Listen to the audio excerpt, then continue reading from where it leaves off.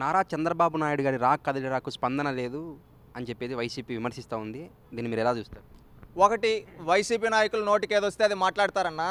వాళ్ళకేమంటే పని బాట లేదు. వాళ్ళ సభలకి సిద్ధమని చెప్పి డబ్బులు ఇచ్చి ఎన్నో చేసి కార్యక్రమాలు పెడితే ఈరోజు ఎవరు దేకటం లేదు ప్రజలు. అందుకనేమంటే ప్రత్యర్థులపైన ఆరోపణలు చేయాలి కాబట్టి ఆరోపణలు చేస్తారు. చంద్రబాబు నాయుడు గారు రా కదలిరా అంటే ఆంధ్రప్రదేశ్ రాష్ట్రంలో జగన్మోహన్ రెడ్డి గారి పరిపాలనలో నష్టపోయిన ఎంతోమంది నిరుద్యోగ యువత కదలి వచ్చారు.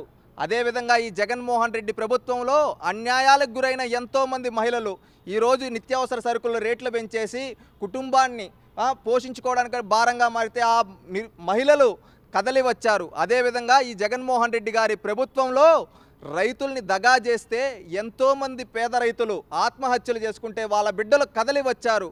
అదేవిధంగా చదువుకొని ఉద్యోగం రాక అప్పులు పాలైపోయి ఉంటే తమ బిడ్డల భవిష్యత్తుని తలుచుకొని ఎంతోమంది తల్లిదండ్రులు కదలి వచ్చారు. అదేవిధంగా ఈ విధంగా ఎన్నో రంగాల వాళ్ళు శ్రీకాకుళం నుంచి అనంతపురం వరకు కొన్ని లక్షల మందిని కదలి వచ్చారు. చంద్రబాబు నాయుడు రా కదలిరా అంటే ఆ రోజు ఎన్టీ రామారావు గారు 1982లో పార్టీ పెట్టినప్పుడు ఏ విధంగా తెలుగుదేశం పిలుస్తుంది రా కదలిరా అంటే ఏ విధంగా తెలుగు జాతి మొత్తం ఏకమై కదలి వచ్చారో అదేవిధంగా ఈరోజు ఈ తెలుగు జాతిని కాపాడుకోవడం కోసం ఈరోజు రాజధాని లేని రాష్ట్రంలో మూడు ముక్కలాటాడిన ఈ జగన్మోహన్ రెడ్డి పాలనను గద్దె దింపడానికి ఆంధ్రప్రదేశ్ రాష్ట్ర ప్రజలు ముక్త కంఠంతో కదలి వచ్చారు. అదేవిధంగా ఈ జగన్మోహన్ రెడ్డి గారు ఎన్నో హామీలు ఇచ్చాడు. ఏమనిచ్చాడు? మద్యపాన నిషేధం చేశాకే 2024 ఎన్నికల్లో ఓట్లు అడుగుతా అన్నాడు.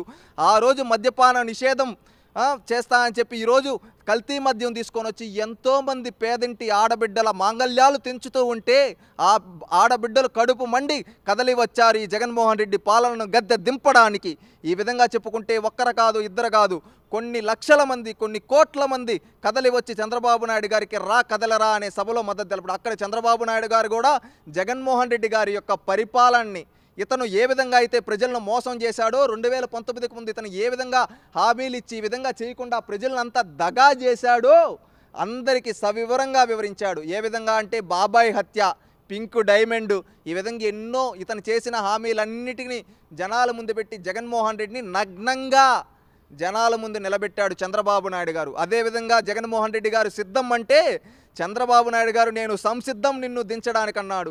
జగన్మోహన్ రెడ్డి గారు నాకు వీళ్ళే స్టార్ క్యాంపైనర్లు అంటే నీ పరిపాలనలో నష్టపోయిన ప్రతి రైతు, ప్రతి మహిళ, ప్రతి యువత, ప్రతి ఒక్కరూ బాధితులంతా నా స్టార్ క్యాంపైనర్లే అన్నాడు.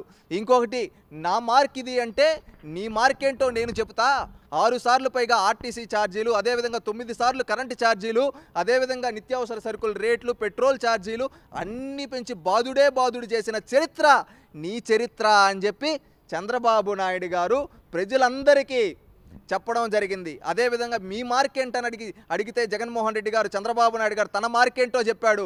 ఎలిమెంటరీ స్కూళ్ళ కాడ నుంచి ఈరోజు ఇంజనీరింగ్ మెడికల్ కాలేజీల వరకు ఏ విధంగా పెట్టామో వాటి వల్ల తెలుగు జాతికి ఏ విధంగా మేలు చేశామో డ్వాకరా మహిళల్ని ఒకప్పుడు ఇంటికే పరిమితమైన మహిళల్ని ఈరోజు డ్వాకరా తీసుకొని వచ్చి వాళ్ళకి నాయకత్వం ఏ విధంగా అందించామో చంద్రబాబు నాయుడు గారు సవివరంగా ప్రజలకు వర్ణించారు ఈ రా కదలిరా సభల్లో. ఈ జరిగిన 16-20 సభలు రా కదలిరా సభల్లో రాష్ట్రం మొత్తం మీద తెలుగుదేశం గెలుస్తుంది రా కదలిరా అనే విధంగా జరిగాయి.